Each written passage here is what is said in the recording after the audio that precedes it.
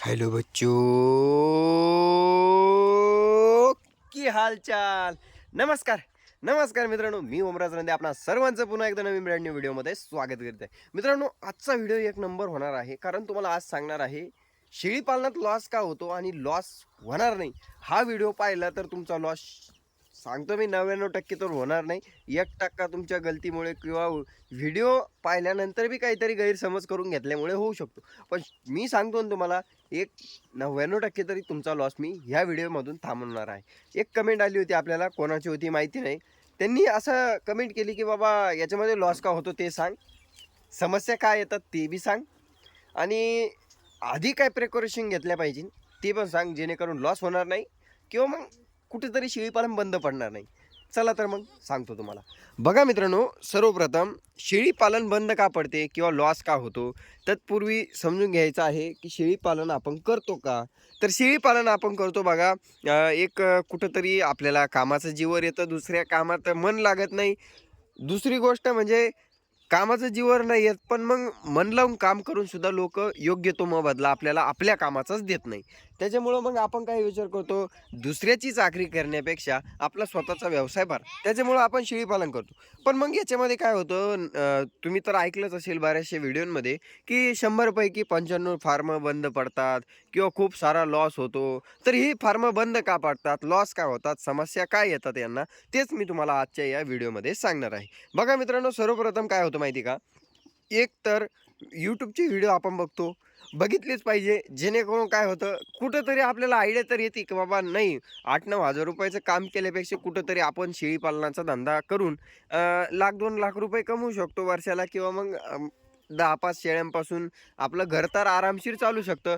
जेणेकरून काय होईल, की आपलं सगळं काही व्यवस्थित चालेल रुटीन. नाहीतर मग तेच तेच लोकांचे कामं करायचे हे, तर यशोगाथा पाहिल्याच पाहिजे, जेणेकरून तुम्हाला सुद्धा आयडिया येते का नाही बाबा, हाय कोणीतरी करतंय. पण प्रॉब्लेम काय होतो, जो माणूस व्हिडिओ टाकतो किंवा मग जो यशोगाथा सांगतो किंवा ज्याची यशोगाथा असते, ते लोक काय करतात, व्हिडिओ अशा पद्धतीनं टाकतात की त्याच्यात त्यांचा काहीतरी फायदा असतो, जेणेकरून तुमचा तुमचा तो विचार नाही करीत. तुम्हाला फक्त एक मुद्दा त्या सगळ्या मुलाखतीत कोणता दिसतो, की बाबा 10-5 शेळ्यांपासून 2-3 लाख रुपये कमवू राहिले, आणि तुम्हाला तेवढाच मुद्दा दिसतो. पण त्याच्यामध्ये तुम्हाला काहीतरी कोणीतरी त्यांच्या शेळ्यांची मार्केटिंग करतं, कोणीतरी त्यांच्या अजून एखादं प्रॉडक्ट राहतं त्याची मार्केटिंग करतं. तर तिथं माणूस कुठंतरी गणतो किंवा मग कुठंतरी काहीतरी होतं, किंवा मग काय राहतं, कोणी कोणी चांगलं चांगलं बोलतात फक्त व्हिडिओमध्ये. व्हिडिओमध्ये चांगलं चांगलं बोलतात, मग आपला खूप विश्वास बसतो, नाही राव माणूस तर खूप चांगला दिसतोय बरं का, हा तर आपल्याला फसवणार नाही. मग आपण त्याच्या कॉन्टॅक्ट थ्रू कुठून तरी शेळ्या घेतो, त्याच्या कॉन्टॅक्ट थ्रू घेतो. पण ज्यानं विकल्या तो माणूस ध्यानावर राहत नाही, किंवा मग त्यानं त्याचा कुठंतरी फायदा बघतो, आणि मग तिथं आपला कुठंतरी लॉस होतो. त्याच्यामुळं डोळे झाकून कोणावरच विश्वास ठेवायचा नाही. शेळ्या खरेदी करायच्या तर तुमच्या पारखीने, हा पहिला मुद्दा तुमच्या लक्षात आला पाहिजे. हा मुद्दा कळाला तर तुमचा लॉस जवळपास थांबला बरं का. एक एक मुद्दा मी क्लिअर करणार आहे तुमचा, तर ती गोष्ट तुम्ही नेहमी लक्षात ठेवा. आता बघा, दुसरी गोष्ट असते, आता शेळ्या तुम्ही व्यवस्थित घेतल्या, शेळ्या चांगल्या घेतल्या, पण तुम्हाला त्यांचं संगोपन जमत नाही. संगोपन जमत नाही म्हणजे काय हो, पिल्लांचं संगोपन जमत नाही, किंवा मग शेळ्यांचं एखादी शेळी फुगली, एखाद्या शेळीला ताप आला, एखादी शेळी भुळकांडायला लागली, तर तुम्हाला त्याचं औषध पाणी माहिती नसतं. तर ते औषध पाणी जमत नाही, त्याच्यामुळं बऱ्याचशा वेळेस लॉस होतो किंवा शेळ्या मरतात. किंवा मग साध्या साध्या तापीमुळं, किंवा एखाद्या रोडच्या कणानं जाता जाता किंवा भात खाल्ला, किंवा मग काहीतरी तांदूळ खाल्ले, किंवा मग काहीतरी पुऱ्या खाल्ल्या, पोळ्या खाल्ल्या, दाणे खाल्ले, खुराक खाल्ला, तर बकऱ्या फुगतात, काहीतरी होतं. पण तुम्हाला छोटीशी गोष्ट असते, अगदी एखादं औषध द्यायचं असतं, जसं की पॅरालॅक्स झालं, टायरेल झालं, पोटफुगीवर एकदम बेस्ट आहे. मग त्याच्यामध्ये तुम्हाला गाभण शेळीला कोणतं द्यायचं, खाट्या शेळीला कोणतं द्यायचं हे माहिती नसतं. काही काही भागात काय होतं, डॉक्टर लोक टायमावर येत नाही. जसं की आता रंधेभायाच्या फार्मवर जर बघितलं तर 90% जो इलाज आहे हा रंधेभाया स्वतः करतो. पण 10% जरी डॉक्टरची गरज पडली तर 5-6 डॉक्टर रंधेभायाच्या कॉन्टॅक्टमध्ये आहे, तर ते कधीही यायला तयार आहेत. तसं तुमच्याकडं अवेलेबल नसतं, तर मग काय होतं, तुमचा लॉस होतो. मग काय, कोणाचा तरी डॉक्टरला सकाळी फोन केला, डॉक्टर येतो दुसऱ्या दिवशी सकाळी किंवा मग संध्याकाळी, तोपर्यंत शेळी तर मरते, किंवा मग तिचं पार कामातून जाते, पिल्लू मरतं. या ठिकाणी तुमच्या शेळ्यांचा लॉस होतो. आता मग काय करायचं, एक तर मित्रांनो, तुम्हाला जर कुठंतरी ट्रेनिंग भेटली, प्रॅक्टिकल ट्रेनिंग, तर घेऊन टाकायची. पण मग ट्रेनिंगमध्ये बी काय आहे, ट्रेनिंग तेवढ्यापुरती तेवढी असते बघा.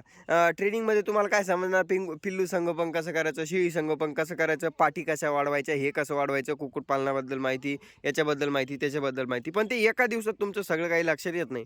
त्याच्यामुळे तुम्हाला कमीत कमी वर्षभर कमीत कमी तुम्ही कॉन्टॅक्टमध्ये राहिले पाहिजे. 10-5 फार्म तुम्ही बघितली पाहिजे. मग त्याच्यासाठी काय करायचं, आपला एक ग्रुप आहे बघा, WhatsApp ग्रुप. ₹500 फीज आहे. तुम्हाला रोज कंटिन्यू ज्या दिवशी प्रॉब्लेम येईल त्या दिवशी प्रश्न टाकायचा, त्या दिवशीच तुम्हाला उत्तर भेटेल. तुम्ही घरगुती इलाज कसे करू शकता तेही तुम्हाला त्याच्यावर कळतं. पण तो विषयही बाजूला ठेवता तुम्ही भरपूर सारे व्हिडिओ आपल्या चॅनलवर आहेत, ते जाऊन बघा. मेडिसिनबद्दल लागन तेवढी एकाकून माहिती घ्या. 1 ट्रेनिंग घ्या, 2 ट्रेनिंग घ्या, 3 ट्रेनिंग घ्या. काय होईल, हजार रुपये जातील तुमच्यावाले. पण त्याच्यातून जे माहिती मिळणार आहे ना, प्रत्येकाकडून याच्याकडून एक मुद्दा, त्याच्याकडून एक मुद्दा, त्याच्याकडून एक मुद्दा, म्हणजे उद्याच्याला तुमचं शेळी पालनामध्ये लॉस होणार नाही. किंवा मग बऱ्याचशा गोष्टी आहेत ज्या तुम्हाला जसं की आपलं समजा पिल्लू संगोपन आहे ते एका ठिकाणी कळलं, शेळी संगोपन एका ठिकाणी कळलं, किंवा मग गोठ्याचं नियोजन एका ठिकाणी कळलं. असं 2-4 ठिकाणाहून थोडी माहिती घेतली म्हणजे मग एक कारण काय राहतं, प्रत्येक संपूर्ण काय म्हणतो ना, परिपूर्ण माणूस कोणताच नसतो बघा. तर परिपूर्ण माणूस कोणताच नसल्यामुळं तुम्हाला एक मुद्दा सगळीकडून जमा करून तुम्हाला परिपूर्ण व्हायचं असतं, जेणेकरून तुमच्या शेळीपालनात लॉस होणार नाही. आता काय असतं, बऱ्याच वेळेस सगळं काही करतं माणूस, पण मग त्याला शेळीपालनात तरीही लॉस होतो. तर कुठं लॉस होतो, मला तर एवढं कळतं, शेळीपालनात चारा संगोपन, शेड व्यवस्थापन आणि जर प्राणी व्यवस्थित निवडला ना, तर तुमचा लॉस बऱ्यापैकी थांबतो. तर ह्या सगळ्या गोष्टी तुम्ही समजून घ्या, की शेळीची निवड कशी करायची, शेळीची आवड कशी करायची. शेळीचं मेडिसिन तुम्हाला कळालं पाहिजे बरं का मित्रांनो. जर तुम्हाला मेडिसिन कळालं तर मेडिसिनमध्ये तुमचं 90% लॉस तर वाचतो. कारण सध्याच्या काळात पहिल्यासारखं वातावरण राहिलेलं नाही आहे. तुम्ही जर म्हणले, एखाद्या बाबाला विचारलं, एखाद्या घरच्या माणसाला विचारलं, काय होतं, तो काय म्हणतो, आमच्या काळात आम्ही कुठं गोळ्या औषधं दिली. बरोबर का नाही, आम्हाला गरजच पडत नव्हती. तर अशा गोष्टी होतात. मग काय होतं, आपण काय विचार करतो, हा राव खरंय खरंय. पण मग काय होतं, जर सकाळी आपण शेळीला समजा बुळकांडती, आपण जर विलाज केला नाही, संध्याकाळ शेळी टेकून जाते. काही काही वेळेस इतकं एक्स्ट्रा होऊन जातं की शेळी एकाच दिवसात मरून जाते. तर अशा गोष्टी तुमच्यासोबत होऊ नये म्हणून आधीच तुमच्याकडं थोडंफार ज्ञान तरी असलं पाहिजे. आता ट्रेनिंगमध्ये तुमच्या काही प्रत्येक औषध पाणी ध्यानात राहत नाही. मला माहिती आहे, मी स्वतः शिकत होतो त्या टायमाला एक गोळी 10-15 वेळेस डोळ्या खालून गेली, 2-4 वेळेस शेळीला दिली, तेव्हा ध्यानात राहतं की अरे ही गोळी आहे, ही गोळी तुम्ही द्यायची आहे, जेणेकरून शेळीची बुळकांडी क्लिअर होईल, किंवा मग इतर काही गोष्टी क्लिअर होईल. पिल्लाला बुळकांडी लागली, ह्या औषधांना नाही क्लिअर झालं हे द्यायचं, त्या औषधांना नाही क्लिअर झालं ते द्यायचं. कारण एक गोळी कळली म्हणजे तुमचं सगळं असं कळलं असं काही नसतं बरं का. तर या गोष्टी आहेत. WhatsApp ग्रुपमध्ये ॲड होण्यासाठी 8766931408 हा नंबर मी कमेंटमध्ये दिलेला आहे. तुम्ही नक्कीच मला मेसेज करू शकता, जेणेकरून तुम्हालाही फायदा तर भरपूर होणार आहे याची गॅरंटी मी घेतो. बाकी पिल्लांची कांती वगैरे व्यवस्थित करण्यासाठी, किंवा मग पिल्लं, आता हे बघा, हे 1.5 महिन्याची पिल्लं आहे. अशी पिल्लं का झाली, कारण यांना दिवसभर चारा भेटला, त्यांना दूध कसं वाढलं त्यांच्या आईचं, किंवा त्यांना खुराक काय दिला, या सगळ्या गोष्टी मी तुम्हाला सांगत चालणार आहे आपल्या या चॅनलवर. फक्त चॅनलला सबस्क्राईब करून घ्यायचं. आता बघा, समस्या काय काय येतात. दुसरी गोष्ट, आपण यशोगाथा पाहतो, सगळ्या गोष्टी पाहतो. याच्यामध्ये काय होतं माहिती आहे का, बरेचशी तरुण मुलं असतात, जसे की माझ्या एजची मुलं आहे. त्यांना तर वाटतं काम तर आपल्याला दुसऱ्याचं करायचंच नाही, म्हणजे नोकरी तर करायचीच नाही. मग काय करायचं, आपण स्वतःचा धंदा करू. पण धंद्याची बी लाईन पाणी असते, किंवा मग धंद्याचा बी एक नियम असतो की त्याच्यात सुद्धा मेहनत खूप आहे. धंदा म्हणजे ही एक 24 ताशी नोकरीच आहे, हे तुम्ही ध्यानात ठेवायचं आहे बरं का. धंदा म्हणजे काय ऑटोमॅटिक पैसा येतो असं नाही. येतो, नोकरीपेक्षा बेशक जास्त पैसा येतो, पण नोकरीपेक्षा जास्त मेहनत सुद्धा तुम्हाला धंद्यामध्ये करावं लागते. तर त्या गोष्टी तुम्हाला समजल्या पाहिजे. तर तरुण मुलांनी फक्त यशोगाथा पाहून मला करायचंच असं म्हणून चालत नाही. कारण शेळी पालनात 2 माणसं तरी लागतात, एक जण पिल्लाकडे, एक जण शेळ्याकडे. तर अशा गोष्टी आहेत. किंवा मग बऱ्याचशा गोष्टी असतात, जसं की आता शेड व्यवस्थापन आहे. जसं की आता ही शेड तुम्हाला एकदम स्वच्छ दिसेल बघा, तर हे शेड झाडून काढणारा एक माणूस लागतो. कारण सगळं शेळ्याला चारा पाणी करणं, पिल्लांना चारा पाणी करणं, दूध पाजणं, पिल्लांना गवत आणणं, शेळ्यांना गवत काढणं, टाकणं, हे सगळं काही सुरुवातीला एक माणूस करू शकत नाही. कारण सिस्टमॅटिक सगळं करायचं म्हणल्यावर खर्च खूप येतो, आणि जास्त खर्च केल्यानंतर मग ते आपल्याला कसं जमत नाही. उद्याच्याला जर यदा कदाचित बंद पडलं तर खर्च ऑलरेडी खूप झालेला असतो, माणूस लॉसमध्ये न जाता मग भरपूर सारे प्रॉब्लेम येतील. त्याच्यापेक्षा तुम्ही ऑलरेडी थोडक्यातून सुरुवात करावी. आता हे बघा, हे पहिलरू माणूस किंवा मग पहिल्या सूट माणूस कसा शेड करावा, हे त्याचं एकदम जबरदस्त उदाहरण आहे. एकदम थोडक्यात थोडकं 12x15 मध्ये आपल्या 15 शेळ्या रात्री राहतात. त्याच्यानंतर दिवसभर चरायला फिरस्तीमध्ये जातात. बऱ्याचशा गोष्टी आहेत. तर या गोष्टी तुम्हाला शेळी पालनामध्ये लॉस का होतो याच्यामध्ये समजला पाहिजे. आता जसं की यशोगाथाचं झालं, मेडिसिनचं झालं. मेडिसिन बरं का, मेडिसिन सगळ्यात महत्त्वाची आहे. मेडिसिन त्याच्यानंतर सगळ्यात महत्त्वाचं चारा व्यवस्थापन पण आहे. कारण चाराच जर नाही पुरला तर तुमची शेळ्या कधी वाढणार आहे. आता हे शेळ्यांच्या अंगावर ही कांती आहे बघा. आता एवढ्या मोठ्याल्या शेळ्या आहे, यांच्या या जबरदस्त जबरदस्त अशा काशी आहे. 3-3 पिल्लं यांच्या खाली सांभाळत आहे. 3-3 पिल्लं अशा पद्धतीनं कांती बी होती त्यांची. का होती? कारण शेळ्यांना भरपूर असा चारा भेटतो. आता हे बघा, समोरासमोर तुम्हाला शेळ्या दिसत असेल, तर चारा व्यवस्थापन सुद्धा खूप महत्त्वाचं आहे. आता त्याच्यानंतर आणखी एक गोष्ट मित्रांनो, पार्टनरशिपमध्ये शेळी पालन बरेचसे लोक करतात. तर पार्टनरशिपमध्ये काय होतं माहिती आहे का, चालू करूस तर एखादा माणूस जो राहतो, बंदा जो राहतो आपल्या सोबतीचा, तो काय म्हणतो, हां हां मी देतो तुला, शेड देतो किंवा मग चारा देतो. हे सगळं ठीक आहे. पण ज्या टायमाला मेहनत करण्याचा वेळ येतो ना, त्या टायमाला हात काढून घेतात लोक. किंवा मग काय असतं, एखादा जोडीदार असतो. काय काय लोक काय म्हणतात माहिती का, माझ्या जोडीदाराचं म्हशींचं शेड आहे, गाईचं शेड आहे, ते बंद पडलं, आता तो आपल्याला शेळी पालनासाठी देत आहे, तर रणदे भैया करू का? काय विषय राहतो, तुम्ही करा लो, तुम्ही 100% करा. पण ऐन टायमावर तो काय म्हणतो माहिती का, शेळ्या आणायच्या टायमाला किंवा करायच्या टायमाला, अरे यार घरचे म्हणून राहिले त्या शेडमध्ये चारा टाकायचा आहे, घरचे म्हणून राहिले त्याच्यामध्ये खत पडेल. तर अशा सुद्धा गोष्टी होतात. तर मित्रावर सुद्धा विश्वास ठेवता येत नाही, कारण ते आपलं नाहीये. ते कधीही त्याला काय सांगता येतं, गण जोडीदार गण चांगला आहे, पण त्याचे घरचे जर नाही म्हणले तर तो काहीच नाही करू शकत. कारण जवळपास 90% तर घरच्यांवरच डिपेंड राहतं. तर जोडीदारांवर किंवा कोणाच्या शेडवर डिपेंड राहू नये, कोणाच्या जागेवर डिपेंड राहू नये. बऱ्याचशा वेळेस तुम्ही म्हणशाल भाडोत्री जागेवर करता येतं का? करता येतं हो. पण भाडोत्री जागेवर जर त्या मालकाचं काही काम निघलं तर तो म्हणेल, मला आता इथं माझं काहीतरी दुसराच फार्म टाकायचा आहे किंवा मग मला ही जागा करायची, प्लॉटिंग करायची, तर त्या टायमाला तुम्ही गोत्यात येऊ शकता. त्याच्यापेक्षा स्वतःचं असलं तरच तुम्ही करायचं, जेणेकरून डोक्याला ताप नको. कारण भाडोत्री जागेवर बी बरेचसे गोष्टी असतात ज्या तुमच्या हातात नसतात. मग तिथं तरी तुमचा लॉस होऊ शकतो. तर त्या गोष्टीसुद्धा लक्षात ठेवायच्या.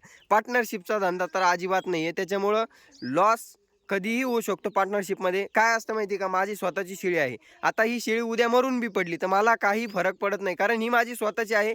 1 दिवस वाईट वाटेल, 2 दिवस वाईट वाटेल, 3 दिवस वाईट वाटेल. पण काही नाही, 4थ्या दिवशी मी दुसरी नवीन शेळी करीन. महिन्यानं नाही, 2 महिन्यानं नवीन करीन. पण जर माझ्या जोडीदाराची माझी शेळी जर असली आणि माझ्या चुकीनं जर ही शेळी मेली, तर नाही जरी म्हणलं तरी जोपर्यंत धंदा चालू आहे ना, किंवा मग कधी बी वर्षांना, 2 वर्षांना, 5 वर्षांना तो तोंडावाटी काढतो की अरे यार याच्यामुळं माझी शेळी मेली होती. तर ते कुठंतरी आपल्याला ऐकवल्या जात नाही, त्या टायमाला ते ऐकल्या जात नाही. तर त्याच्यापेक्षा पार्टनरशिपचा हा धंदा तर नाहीच. आपल्यापेक्षा जर 1% माणूस पुढचा चांगला असेल तरच त्याच्यासोबत पार्टनरशिप करावी. पण आपण स्वतः धोका करू नये, ही गोष्ट बी तुम्ही लक्षात ठेवायची. आणि दुसरी गोष्ट म्हणजे एका माणसाचं शेळी पालनाचं काम नाही आहे. तर तुम्ही जर स्वतःच्या हिशोबानं जर करायला गेले की बाबा मी स्वतः करीन सगळं काही, तर होत नाही बरं का. चालू करूच तर तुमचं गन मन राहीन, इच्छा राहीन, पण नंतर खूप जास्त प्रॉब्लेम येतात त्याच्यामध्ये. एका माणसाचं काम नाही आहे, हे तुम्हाला मी पहिलेच सांगतो की एका माणसाकडून मॅनेज होतच नाही. कसंच मॅनेज होत नाही. 2 माणसं लागते आणि दोन्हीही सारख्याच लेवलचे लागत्या. जर जोडी नर-मादी झाली तरच सगळं काही व्यवस्थित चालत असतं. जसं की बैलगाड्यामध्ये म्हणतात बघा, जर जोडी नर-मादी झाली तरच गाडी पळत असते. आपल्या रोजच्या संसारामध्ये बी जर नवरा-बायको व्यवस्थित असली तरच संसार चालतो. तशा ह्या गोष्टी असतात. जर काम करणारे दोन्हीही माणसं व्यवस्थित असले तरच तुमचा धंदा हा चालत असतो. त्याच्यामुळं एक गोष्ट तर नेहमी लक्षात ठेवायची की बाबा माझ्या एकल्याकून तर होणार नाही. आता मी तुम्हाला सांगतो, जर पिल्लू संगोपनाकडे घरच्यांनी लक्ष नाही दिलं तर शेळ्या मी सांभाळू शकत नाही. किंवा मग मी पिल्लू संगोपनाकडे लक्ष नाही दिलं तर घरची शेळ्या सांभाळू शकत नाही, अशी गोष्ट असते. किंवा मग एक एक मुद्दा जरी उकला, मेडिसिन जरी उकली तरी शेळ्या पूर्णपैकी बिमार पडू शकतात. तर त्या गोष्टीसुद्धा तुमच्या आहेत. आता बऱ्याचशा वेळेस टप्प्याटप्प्यावर प्रॉब्लेम येतात. किंवा मग काही काही तुम्हाला लागवडीचं नियोजन जमत नाही किंवा बरेचसे नियोजन आहे ते आपल्या चॅनलवर आहेत. पण मग तुम्हाला जमत नाही, त्याच्यामुळं त्या गोष्टी शिकून घेणं महत्त्वाचं आहे. अजून लॉस होण्याची कारणं तुम्हाला सांगतो मी. लॉस होण्याचं अजून एक कारण म्हणजे काय माहिती आहे का, ऐन टायमावर लोक धोका देतात. मग तो चाऱ्यावाला असो किंवा मग पाण्यावाला असो किंवा जागेवाला असो किंवा मग आपला जोडीदार कामावाला असो किंवा काहीही असो. तर कारण मग मग नियोजन जमत नाही किंवा मग पिल्लांची वजनवाढ व्यवस्थित होत नाही, शेळ्यांच्या तब्येती खराब होतात, काही काही प्रॉब्लेम येतात ते तुम्हाला माहिती नसतात. तर तुम्ही जर स्वतः करणारे नसाल तर शेळीपालन करू नका. 100% तुमचा लॉसच होणार आहे याच्यामध्ये. मजुराच्या हिशोबानं किंवा एखाद्या जोडीदाराच्या हिशोबावर राहून, चुलत्या काकाच्या हिशोबावर राहून हे शेळीपालन होत नाही. ही गोष्ट तुम्ही नेहमी लक्षात ठेवा. त्याच्यामुळं जर तुम्हाला वाटत असेल की एखाद्याच्या मला मदत करतोय आणि दोघं पार्टनरशिपमध्ये करू, तर होत नाही मित्रांनो. तो मधीच काही उल्ली मारून देतो. मग पुन्हा म्हणन दे मग ₹1,00,000 मला आणि तूच शेळीपालन कर, तूच हे कर. मग कुठेतरी तुम्हाला ते दोन्ही बी विकून टाकावं लागतं आणि पैसे अर्धे-अर्धे वाटून घ्यावे लागते. त्याच्यापेक्षा त्या गोष्टी तुम्ही समजून घ्या. आता अजून समस्या काय येतात, की बाबा कामाचं जीवावर येतं ऐन टाईमवर केल्यानंतर, तर त्या गोष्टी तुम्ही आधीच तयार राहणे, की काम खूप करावं लागेल बरं का. जर तुम्हाला काम जमणार नाही, तर तुम्ही शेळीपालन करू नये. आता बऱ्याचशा गोष्टी असतात जेणेकरून तुम्हाला समजलं पाहिजे ना. आता शेळीपालनामध्ये जोडधंदा करायचा एखादा, शेळीपालनाला जर जोडधंदा लावला तर मग आणखीन चांगली गोष्ट. आपण शेतीला शेळीपालन जोडधंदा लावला, शेळीपालनाला कोंबडी पालनाचा जोडधंदा लावा, जेणेकरून तुमचं कुठंतरी एका माणसाचा रोजगार कधी बी 10 शेळ्या ठेवले, 50 कोंबड्या ठेवा, 30 अंडे जरी चालले तर ₹300 रोज तुमचा फिटतो. तर त्या गोष्टी तुम्हाला समजल्या पाहिजे, जेणेकरून तुमचा लॉस होणार नाही उद्याच्याला. बऱ्याचशा गोष्टी आहेत जे तुम्हाला मी शिकवणार आहे. आपला व्हॉट्सअप ग्रुपमध्ये तर भरपूर काही शिकायला मिळतं. 87 66 93 14 08 हा नंबर आहे. ऐन टाईमवर तुम्हाला काहीही प्रॉब्लेम आला तर मला नक्कीच कॉल करा. मेडिसिन संदर्भात तर बरीचशी माहिती तुम्हाला मी देण्याचा प्रयत्न करतच असतो. 99.99% तर आपण जनावर वाचवतो लोकांचं. 0.1% मध्ये काय असतं, इलाज करून झालेला असतो किंवा मग सगळं लगेच पूर्ण लगे 1% मारायलाच आलेली असती शेळी, मग लोक कॉन्टॅक्ट करतात. तर अशा टायमाला कॉन्टॅक्ट करू नका.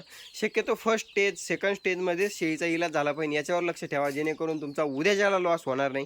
आणि बऱ्याचशा गोष्टी आहेत ज्या तुम्हाला समजून घ्यायच्या आहे शेळीपालनामध्ये. माती खातात, हे होतं ते होतं, बोळकांती फुगती. आणखी लॉस आणि प्रॉफिटमध्ये बऱ्याचशा गोष्टी आहेत.